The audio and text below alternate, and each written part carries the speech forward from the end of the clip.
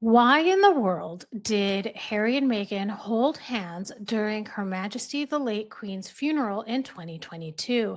A new article has come out talking exactly about this, and I want to get into it because I don't believe the article. And even if what is being said is true, there is still a lot of manipulation that is taking place.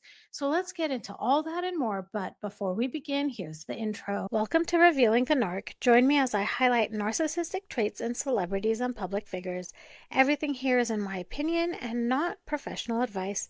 If you enjoy the analysis, please like and subscribe. Welcome back, everyone. The article I want to talk about today is titled Prince Harry's Awkward Handholding Allowed Him to Steer Meghan Markle at Westminster Hall, Body Language Expert Claims. The body language expert we're talking about is Judy James. I am generally in respectful disagreement with her every time that I read one of her assessments, and this is no different. However, there is a difference here because if what she's saying is true, it also opens up a whole other can of worms. So, no matter which way you look at it, this is just not good. There's really no excuse you can give for showing this type of PDA at such a somber event. So let's get into the article. The article begins. It was hoped to be a renowned opportunity for Prince Harry and Meghan Markle to build bridges with the royal family as they gathered for the late Queen lying in state. The world watched on with bated breath as the Duke and Duchess of Sussex walked ceremoniously behind Harry's brother, Prince William, and sister in law, Catherine, as they collectively paid their respects to the late monarch. Let's pause here and let's put together a timeline. At this point, we are September 2022. That is when Her Majesty the late Queen passed away.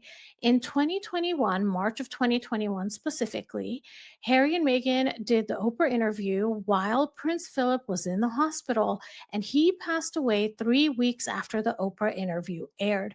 We all know what horrible things Harry and Meghan said and implied in that interview, and already the negative feelings, I would imagine, had begun to surface, even though I'm sure they started a lot longer than that.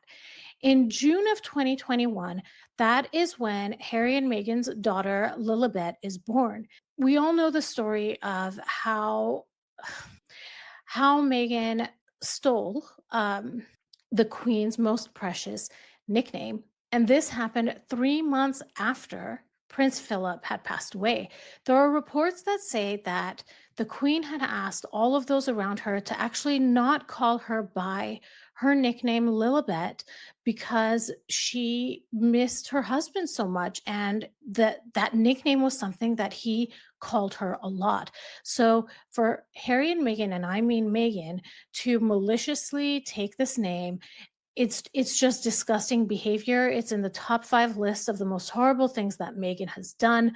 And and now we're talking, this is a year and a half before the Queen passed away. And also, just as a reminder, Finding Freedom by Omid Scobie and Carolyn Duran was released in August of 2020. So that had also already taken place. The last event that Harry and Meghan saw the royal family before Her Majesty the late Queen's funeral was the Platinum Jubilee, and we all saw how that went. I'm going to leave a link to a video I made about that event that just covered from head to tail everything that happened there. It's actually my most popular YouTube video, so please go ahead and watch that. But there were shenanigans those two played, and if you watch my YouTube video, there is a strong hint of them being mic'd up. The article continues and says, but as the pair walked solemnly through Westminster Hall, there was one glaringly obvious difference between the Sussexes and the Prince and Princess of Wales: their use of hand-holding.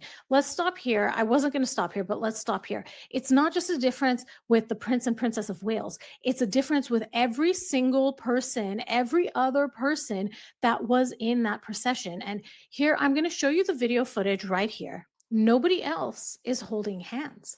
We already know, I feel, just based on what we've read, where Judy James's loyalty lies. So I'm not surprised that she would be pointing out only the Prince and Princess of Wales here, when what Harry and Meghan were doing was completely opposite to everyone else that was in attendance. The article continues and says during their short lived tenure as working royals, Harry and Meghan became known for their tactile handholding, often perceived as a tender sign of comfort amid their ongoing turmoil as members of the firm. And I respectfully disagree. Here are a couple examples of Harry and Meghan holding hands where it doesn't look very tender or a sign of comfort. But while seemingly innocent affection, Harry and Meghan's constant need to clasp hands holds a much deeper meaning, according to body language expert Judy James. Speaking to the Daily Mail, Judy says, or Miss James says, really quick, I thought that she was a doctor because a PhD, I believe, because in other articles in the Daily Mail, I believe I've seen her called Dr. James. So I don't know if it's Miss or Doctor. That's neither here nor there. So Miss Judy says the hand clasp would have been used to allow Harry to steer his wife when they were out in public as a royal couple. Meghan tended to gravitate towards other top tier royals, treating them like relatives rather than keeping back and adhering to protocol. Let's pause. Why, Judy? Why would Meghan gravitate towards top tier royals? Why would she treat them like relatives? They were relatives.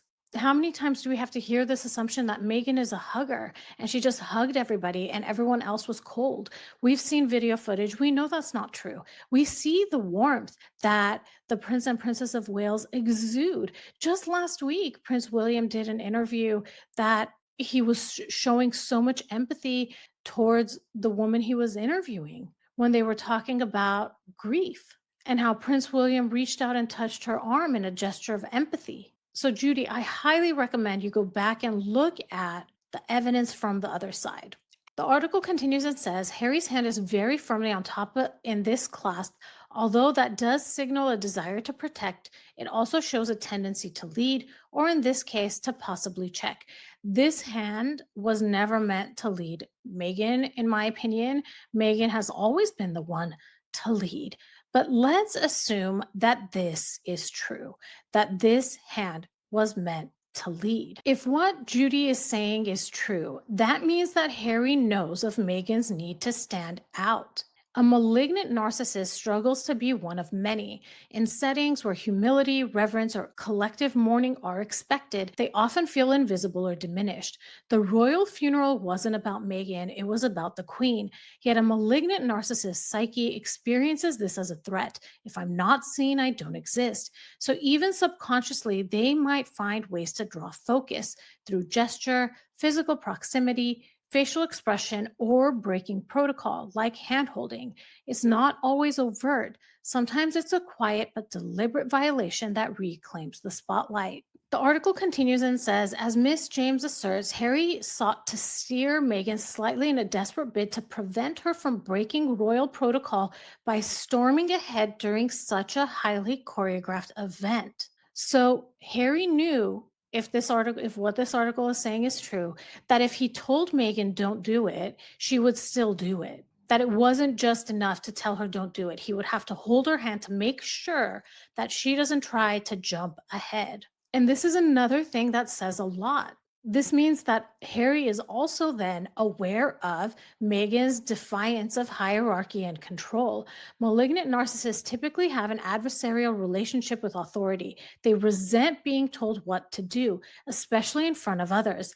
At a royal event where every moment is scripted and deference is expected, that can feel intolerable.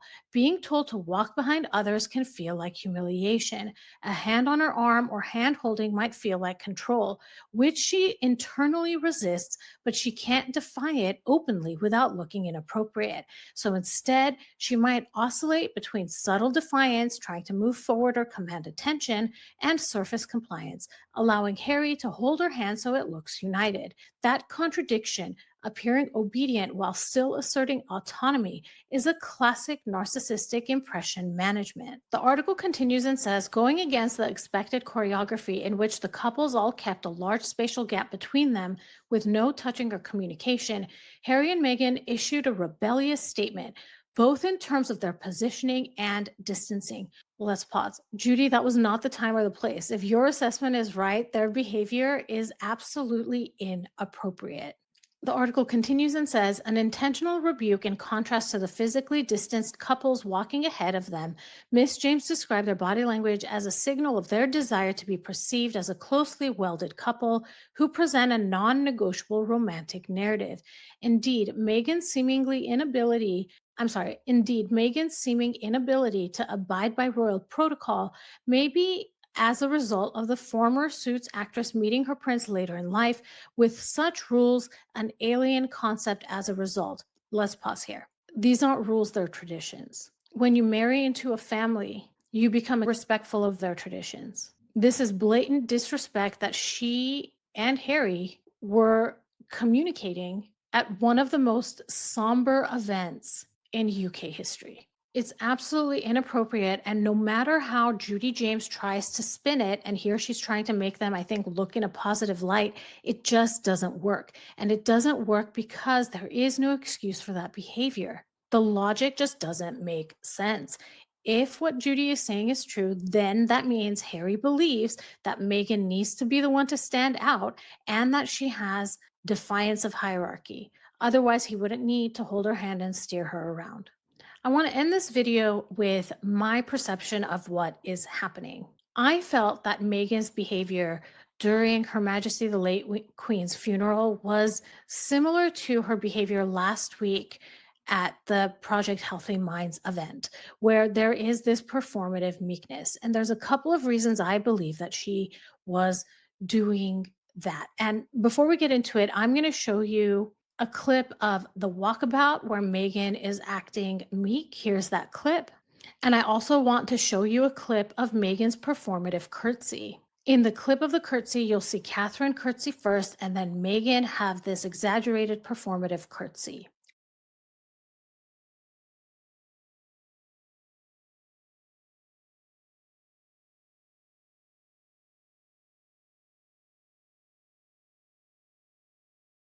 And just 3 months later, the Netflix mockumentary came out, and Meghan did this. Like I curtsied as though I was like,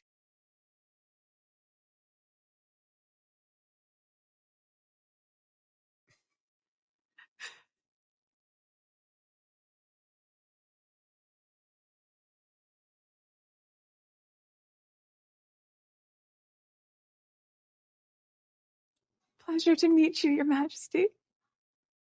Like, was that okay? Pleasure to meet you, Your Majesty. Like, was that okay? Okay, so why do I think Meghan's behavior was so strange during Her Majesty the late Queen's funeral? Like I was saying earlier, the timing is emotive. This was 3 months before the Netflix docu or mockumentary came out. If Meghan knew that footage or later contextualized clips would appear in the documentary, she'd want every public moment, even the funeral, to fit a marketable arc. She wanted to look like the misunderstood outsider showing quiet grace. So the meek posture, the lowered gaze, and the overly composed demeanor, which she wasn't very good at doing, became strategic B roll. It's grief performance that doubles as branding. She's using meekness as manipulation, similar to their appearance last week. This is classic covert narcissistic inversion. Instead of commanding attention through dominance, she commands it through apparent humility. The performance of gentleness or restraint is still about control. She's saying, look how dignified I am despite their coldness. That disarms criticism and invites sympathy without surrendering the spotlight. It's an emotional sleight of hand, submission as a form of superiority. And I think what we're seeing here is a cyclical soft reset. This is something I talked about in a previous video. I'm going to put a link to that in the description of this video, but this is a rebranding loop that narcissists use when public sentiment turns against them. It starts with this charm phase where they are re-entering public favor through humility and restraint. Then there's the platform phase, which they use to regain credibility for another project. And there's the control phase, subtly reestablishing dominance once sympathy returns. At the funeral, we were witnessing step one, the optics of grace, but we all know better. We know exactly what Meghan was doing. And what's Harry's role in this moment? If he sensed the tension between authentic mourning and her performative calm, the hand holding might have been used as a way to anchor her, to keep her physically near so she didn't wander or misstep under scrutiny. But to her, the gesture still served her brand. We're united despite it all, is what she's trying to say. That dual function is exactly what makes the moment so psychologically layered. Megan's meekness wasn't submission, it was strategy. The hand holding wasn't intimacy, it was insurance. The stillness wasn't reverence, it was rehearsal. And here is yet another example where Megan will take a situation that isn't about her at all and turn it into a performance that fits her brand. I'm curious to know what you all think about this. If you feel comfortable sharing, please share your thoughts and experiences in the comments. I feel like with Megan, it's the same thing over and over again. Every time something happens, I feel that is building upon evidence of something that we as a community have talked about before. She has become incredibly predictable, and she's become incredibly predictable because we know what her motivations are. Thank you, everyone, so much for listening. If this was interesting to you, please like and subscribe. Hit that notification bell so you'll know every time I drop a new video. Thank you so much for watching. If you enjoyed this video and you're looking for a meaningful way to support something beyond the screen, I'd love for you to consider making a donation to the National Domestic Violence Hotline in lieu of super chats and super stickers. They provide 24/7 support and resources for people in unsafe or overwhelming situations, whether that's emotional, physical, or just hard to name. Their information is on the screen should you need to contact them, and you'll find the link to donate in the description of this video. Every little bit helps, and it means a lot. Thank you again for watching, and I'll talk to you soon. Bye, everybody.